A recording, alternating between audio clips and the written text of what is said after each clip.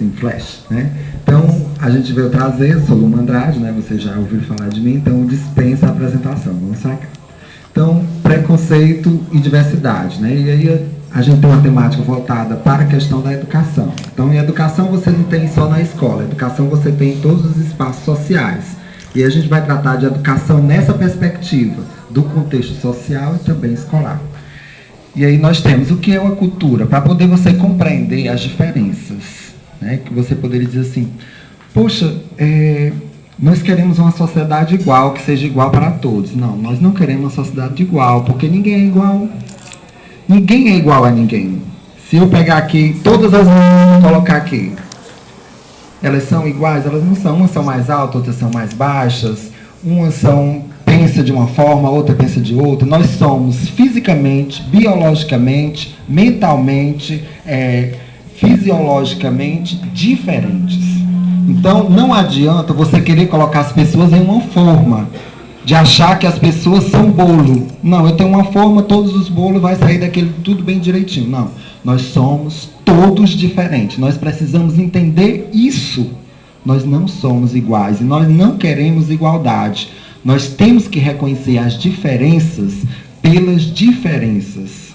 Não existe igualdade de condição. Você não pode dar, porque a partir do momento que você quer uma igualdade, você tira a diferença do outro.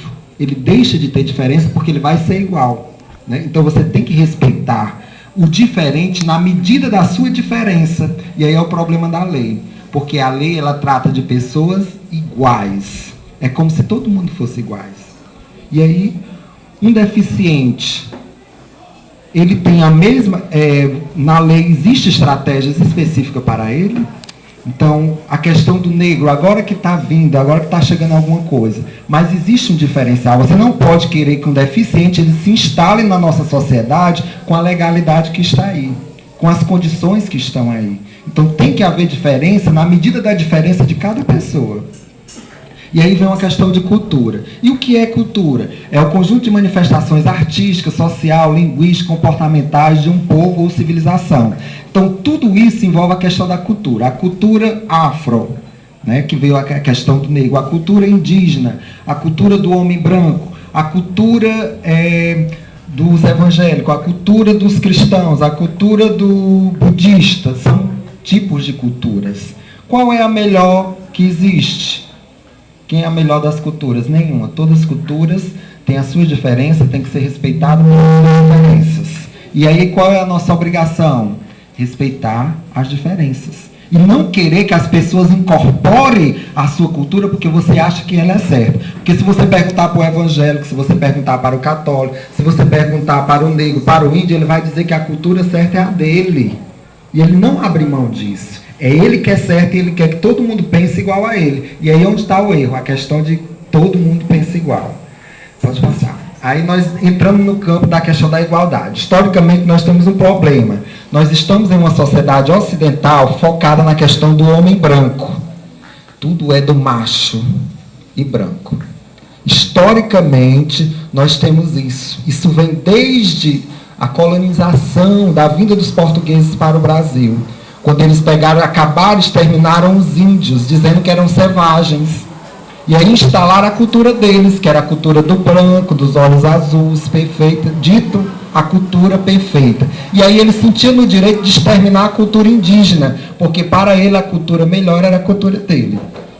E aí quando não deu certo com os índios, o que é que ele fez? Pegou os negros, porque ele achava que a cultura dele era melhor do que a cultura do negro, então o negro deveria ser apropriado como escravos. Aí nós temos esse histórico. Volte aí, o que é o preconceito? Imagina uma pessoa entrando aqui na escola de pé descalço. Todo mundo ia olhar, vixe. A pessoa que está sofrendo aquele olhar é como se fosse um monte de arma mirada para ela. E é como se ela estivesse sendo uma invasora, algo estranho, um absurdo, um monstro.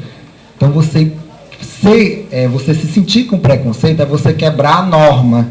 E o que é a norma? É algo imposto pela sociedade. É uma construção social. E aí, quando você foge dessa construção, você é visto como um monstro, como diria Deleuze. Vamos aqui. Aí a gente tem na nossa história um homem muito conhecido com essas criancinhas, aparentemente uma pessoa maravilhosa. Quem conhece? Não é Charlie Chaplin. Quem é? Adolf Hitler, o famoso, né, do nazismo. Mas lembrando, ele foi considerado, vamos dizer assim, a pessoa para ser considerado pai de todo aquele nazismo, toda aquela violência que houve contra a humanidade. Mas não era só ele. Existiam milhares de pessoas que pensavam como ele. E qual era o princípio dele? Que só existia uma raça perfeita, que era a raça ariana. E imagine de quem era essa raça. Era a raça dele, que era lá da Alemanha, branco, alto. Se isso prevalecesse, hoje não estaríamos aqui. Por quê? Porque foi o pensamento nazista que criou a Segunda Guerra Mundial. Qual era a intenção da Segunda Guerra Mundial? Exterminar quem não fosse da raça ariana, branco, alto, dos olhos azuis, daquela raça. Nós não estaríamos aqui, porque nós não somos da raça, fruto da raça ariana. Então, o que ele fez? Exterminou negros, deficientes físicos, judeus, homossexuais. Inclusive, os homossexuais tinham uma pirâmidezinha róseo. Eles eram identificados com a pirâmide rosa. Bastava ele ter uma voz afeminada. Às vezes ele nem era homossexual, mas pelo fato dele conter algo que pudesse levar à questão do feminino, ele já era considerado homossexual, portanto, ele tinha que ir para o campo de concentração, para a câmara de gás. E aí nós temos ele dominando toda a sociedade, né, e fazendo esse tipo de atrocidade. Então, historicamente, nós vivemos isso. As pessoas se acham perfeitas e querem que todo mundo seja iguais a ela e pense iguais a ela. Quantos, você poderia dizer assim agora, puxa, graças a Deus mataram Hitler, Hitler morreu, ele se matou. Ótimo, maravilhoso, terminou tudo, terminou nada. Quantos e quantos de nós não somos Hitler? Ele está vivo quando a gente começa a olhar para o outro com um olhar diferente. Olha, esse daí é assim, assim, assim, assim, e você se sente melhor do que o outro. Você procura algo que o outro não é igual a você para você poder massacrar, para você poder exterminar. E isso é você ser Hitler, que é isso aí. Movimento feminista. Então, na década de 60, começa a haver uma quebra da questão do machismo, porque as mulheres se rebelavam. Tudo era para os homens. Escola, só quem poderia frequentar eram os homens. A mulher não frequentava as escolas. E aí o que aconteceu? A mulher, cansada de ser massacrada, cansada de ser explorada, ela faz a Revolução de 68, né, que é na década de 60, para exatamente ter seu espaço na sociedade. Qual é a intenção? Existe a intenção de domesticar as mulheres, ela vem desde o berço. Quando você recebe uma boneca, para cuidar de uma boneca, então você está sendo o quê? Ensinada a ser doméstica. Quando o menino recebe um carrinho para brincar, ele está ensinado para as profissões específicas do homem. Então, desde quando a gente nasce, nós já temos algo a ser seguido. Ou você vai por aqui, ou você vai por aqui. E se você tiver outra opção, o que acontece? A sociedade te esmaga, né? E aí, vamos lá. A questão